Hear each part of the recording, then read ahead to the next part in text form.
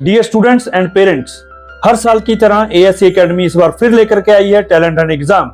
7th and 9th का talent Hunt exam होने वाला 21 दिसंबर को और 10th का एग्जाम होने जा रहा है 28 दिसंबर को।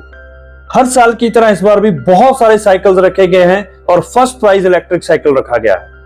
पत्रकारों का मैं स्वागत करता हूं कि जैसे आप लोगों को पता है, कल एसडीपीआई का प्रोग्राम था, पब्लिक गैदरिंग थी। हमारी मोस्ट ऑफ द पदाधिकारियों को हमने बुलाया था। इसके पहले हमारे बहुत सारे इलेक्शन के ताल्लुक से चर्चाएं हुई हैं। खास करके आज की जो पत्रकार परिषद है, हम इस चीज़ को जो है बोल्ड करना चाहते हैं, अंडरलाइन करना चाहते हैं कि मालेगांव की जो सियासत है वो सियासत को बदलने के लिए एसडीपीआई है। और हम जानते हैं कि पिछले कई सालों से चंद खानदानों का राज इस शहर के ऊपर रहा है। वो अलग अलग पार्टी लेके आते हैं और वही खानदान इस मालेगांव पे रूल करते हैं। और रूलिंग जो होती है, पूरे आवाम हर मर्तबा उनके बातों पे, उनके आश्वासनों के सामने यकीन करते हैं। लेकिन असल में हम देखते हैं कि एक स्लम की जैसा ये शहर बसा हुआ है और यहाँ का डेवलपमेंट और नदी के उस पार का डेवलपमेंट में आप फर्क देख सकते हैं। वही कारपोरेशन है और सियासी नेता भी आप देख सकते हैं कि किस तरीके से और किस लेवल पे महापालिका को जो है इन्होंने ले जाकर पहुंचाया है। मुस्लिम बस्तियों के अंदर देखते हैं हम लोग क्या हालात है। महानगर पालिका के 4-5 बड़े काम होते हैं। अगर आप देखेंगे, सबसे पहले जो होता है वो पब्लिक का हेल्थ होता है। यहाँ पे महानगर पालिका के 3 हॉस्पिटल्स अगर देखेंगे हम लोग है, जिसमें से 2 बंद है और जो चालू है उस चालू हॉस्पिटल में सिवाय सर्दी और खांसी के कोई दवाई नहीं मिलती है। क्यों? यहाँ इंसान नहीं रहते। तो कहने का मकसद है, आप बेसिक इंफ्रास्ट्रक्चर, हेल्थ इंफ्रास्ट्रक्चर जो आप नहीं दे सकते। उसके अगर आगे देखेंगे हम लोग, रोड और रास्ते के बारे में बात करें, कारपोरेशन, फुटपाथ होना चाहिए, स्ट्रीट लाइट होना चाहिए, ये सारे बेसिक काम है। मालेगांव एक शहर ऐसा है, या मालेगांव जो मुस्लिम बस्तियां हैं, जहां पे फुटपाथ नाम की कोई चीज ही नहीं, जहनो गुमान में नहीं है। क्योंकि रोड ही नहीं है तो फुटपाथ कहां से आएगा? तो जैसा वैसे अपनी जिंदगी यहाँ के नागरिक जो है गुजार रहे हैं। और ये जो सब चीजें हुई है, अगर उसके अलावा और भी दिखेंगे आप लोग कि ना सिर्फ हेल्थ के ताल्लुक से है और ना रोड रास्ते के ताल्लुक से, एजुकेशन के मामले में लीजिए आप लोग। एजुकेशन के अंदर स्कूलें खोलना चाहिए, खुले स्कूल जो है बड़े पैमाने पे होना चाहिए ताकि बच्चे एजुकेशन आगे ले सके और आगे बढ़ सके। लेकिन गौर करने की बात है, यहाँ पर स्कूलें बंद की जा रही है और आवाम को मजबूर किया जा रहा है कि आप जो है प्राइवेट स्कूलों में दाखिला ले लें। तो ये जो सब चीजें चल रही है, ये बगैर राजनीतिक लोगों के हथकंडों के नहीं होती है। ये यहाँ तक नहीं है, इसके आगे आप देखेंगे पीने के पानी के ताल्लुक से। यहाँ इंसान रहते हैं, आप काला पानी पीना पड़ रहा है इन लोगों को यहाँ पे। और कितने दिनों के बाद में आप वहाँ बेसिक लोगों को पीने के लिए पानी नहीं दे पा रहे हैं। ये जो सारी चीजें हुई है, ये हालत बदहाली जो हुई है यहाँ, इसके पहले जो सियासतदान थे उन्होंने सिर्फ अपने खानदान को मजबूत करने की काम किया हुआ है और इस इलेक्शन के अंदर जो है उन्होंने अपने घर भरने का काम किया हुआ है।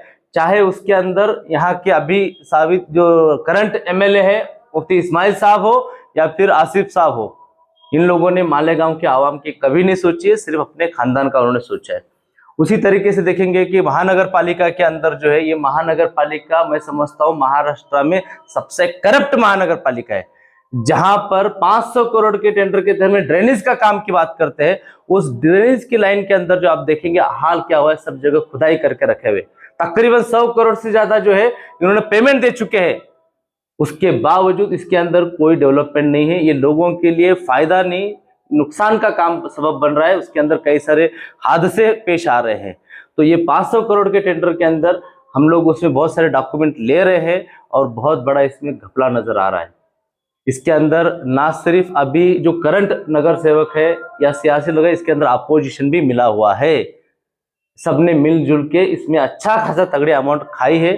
आवाम के ड्रेनेज के पैसे खाने की इनकी नौबत आई है। पब्लिक टॉयलेट की बात करें तो पब्लिक टॉयलेट का इनॉग्रेशन तो करते हैं हमारे एमएलए साहब, लेकिन टॉयलेट बंद के रेडी है लेकिन यूज में नहीं है, वो टूटने के कगार पे आ चुके हैं। वहीं देखेंगे डमी शिक्षक भर्ती किया गया, टीचर्सों की भर्ती किया गया, डमी दिखाया गया। उसके अलावा कोणार्क जो ये आया है, कचरा उठाने का जो भ्रष्टाचार है वो सरेआम मंजर पे है। ना सिर्फ इतने सारे चीज़ें, इंफ्रास्ट्रक्चरल इश्यूज है, कारपोरेशन एक करप्ट कारपोरेशन बन चुकी है, और ये सारे जो है अधिकारी वर्ग भी जो हम जानते हैं कि तकरीबन 15 अधिकारियों के ऊपर करप्शन के आरोप लगे हुए थे। ये सारे के बीच में जो है ना आवाम परेशान है। आज यहाँ के आवाम, रहने वाले आवाम को जो है आज यहाँ के रोहिंग्या मुस्लिम, बांग्लादेशी मुस्लिम के नाम से पहचाना जा रहा है, उन पे केसेस किए जा रहे हैं। उस वक्त में हमारे माजी और आजी आमदार जो है वो सुस्त बैठे हुए थे। आज तुम लोग केसेस लड़ने का नाटक करो, लेकिन जब यहाँ के रहवासियों को, भारत के नागरिकों को जब घुसखोर बताया जा रहा था, उस वक्त में आप रास्ते पे क्यों नहीं आए? आपने आवाज क्यों नहीं उठाई? आपका पक्ष कहाँ था? आपके जो पॉलिटिकल कनेक्शन थे किधर थे? बीजेपी यहाँ पे आके मालेगांव में इलेक्शन नहीं लड़ सकती है, अजीत पवार आके यहाँ पे इलेक्शन नहीं लड़ सकता है, तो उन्होंने एक नया शगुफा लेके आए, इस्लाम पार्टी के नाम से आगे आ रहे। हमारा ये बोलना है कि यहाँ पे मालेगांव में अक्सरियत मुस्लिम आवाम रहती है, और हम इस्लाम को जो है एक बहुत पाक नाम समझते हैं, और इस्लाम के ऊपर कोई अगर तनकीद करे हम बर्दाश्त नहीं कर सकते। इनके गंदे सियासत के चलते अगर किसी ने इस्लाम के ताल्लुक से अगर कुछ गलत बोला है, बोलेगा, भाजपा वाले तो बोलेंगे इस्लाम ऐसा है, इस्लाम वैसा है, बाद में जब केस का वक्त आएगा तो ये बोलेंगे हमने तो इस्लाम पार्टी को बोला है। मतलब आप भाजपा को जो है ना खुले दरवाजे करके दे रहे इस्लाम को टारगेट करने के लिए। ये आपके गंदी सियासत के लिए जो भी गंदगी मचा रहे हो, इस्लाम को इस्तेमाल कर रहे, ये बहुत ही जो है ना कंडेमेनेबल एक्ट है, ये बहुत गलत बात है। आप जो है ना दीन को इसमें घसीटो मत आपकी गंदी सियासत के लिए। ये सारे पसे मंजर में जो है, इससे बढ़कर अगर यहाँ की आवाम बदलाव चाहती है, हमने कल प्रोग्राम लिया, काफी लोगों से मुलाकातें हुई, एक चीज हमें समझ में आई है कि मालेगांव की आवाम जो है ना इस सियासी खानदानों के गुलामगिरी से आजाद होना चाहती है। हम ये चाहते हैं कि आवाम के लोगों को, आवाम की ताकत जो है इक्तिदार में आना चाहिए।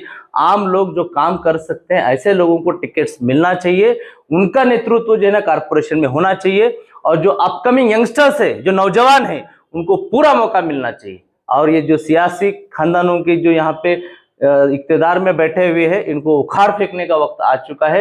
एसडीपीआई जो है आने वाले कारपोरेशन इलेक्शन जो है ना पुरजोर तरीके से हम लोग लड़ने वाले हैं। हमारे पास बहुत सारे प्रपोजल आ रहे हैं अलग अलग वार्ड से, हम लोग उनका इंटरव्यूज कंडक्ट कर रहे हैं, उनको चेक कर रहे हैं। एक पाक, साफ और लड़ने वाली आवाज हम कारपोरेशन में भेजना चाहते हैं। एसडीपीआई इस अहद को लेकर आगे बढ़ रही है, इस ताल्लुक से काफी मीटिंग्स भी हो रही है। तो ये सारी चीजें हैं, हम लोग पूरे ताकत से लड़ने वाले, और हम ये चाहते हैं कि अब वक्त आ चुका है कि इन सियासी खानदानों के गुलामगिरी से आज़ादी मिले। आप जानते हैं इस्लाम का नाम लिया है, लेकिन आवाम के लिए पार्टी नहीं बनी है, बल्कि अपने खानदान को प्रोटेक्ट करने के लिए पार्टी बनी है। इसी के तहत में आप देखेंगे आने वाले चंद दिनों के अंदर अपने घर के अंदर जितने लोग हैं ना, उन लोगों को टिकट दिया जाएगा। अब सोचने की बात है, क्या मालेगांव में लायक लोग नहीं है जो आवाम की नुमाइंदगी कर सकते हैं?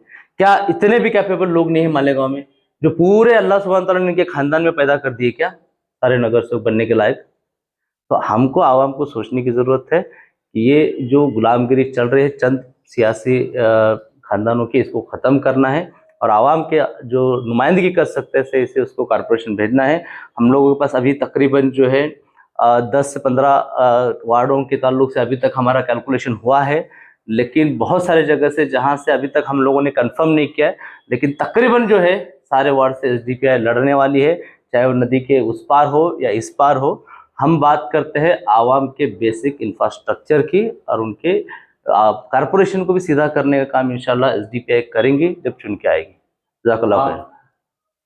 महानगर पालिका के चुनाव में कितने सीट बनेंगे करेंगे, एक, और दूसरा है कि आप किसी से गठबंधन के बारे में सोच रहे हैं क्या, या कौन सी पार्टी से जो आपके ख्यालात मिलते या नहीं मिलते? हम लोग जो है, जैसे मैंने अभी बताया आप लोगों की 10 से 12 वार्डों के ताल्लुक से तकरीबन हमारा कैलकुलेशन हो चुका है कि हम लोग वहां से लड़ने वाले हैं। और भी जो वार्ड है जहां से पैनल कभी कहीं एक है कहीं दो है, उस ताल्लुक से बहुत सारे प्रपोजल आए हैं, लेकिन हर आने वाले को हम लोग टिकट नहीं दे सकते हैं, उनको ये नहीं रहता, लेकिन उसके ताल्लुक से एक ऊपरी लेवल पे डिस्कशन चल रहा है।